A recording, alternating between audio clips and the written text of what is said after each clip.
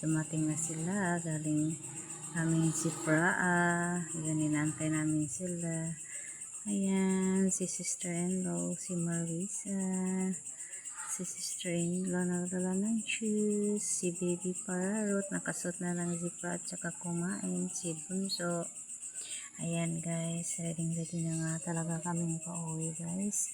Habang iniintay namin sila, nagkainan din kami sa tabi ng kalsada guys, dito sa may gilid-gilid ng Basilan National High School guys. Ay, tingnan nyo si pamangkin.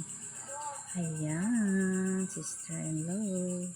Papasok na nga kami guys sa loob ng kotse. Sa likuran kaya si sister-in-law guys, palapit na siya.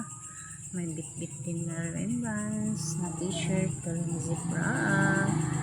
Guys, ginabi na nga kami guys. Pauwi na kami. Ayan si Marisa guys, nakatingin. Yun lang po.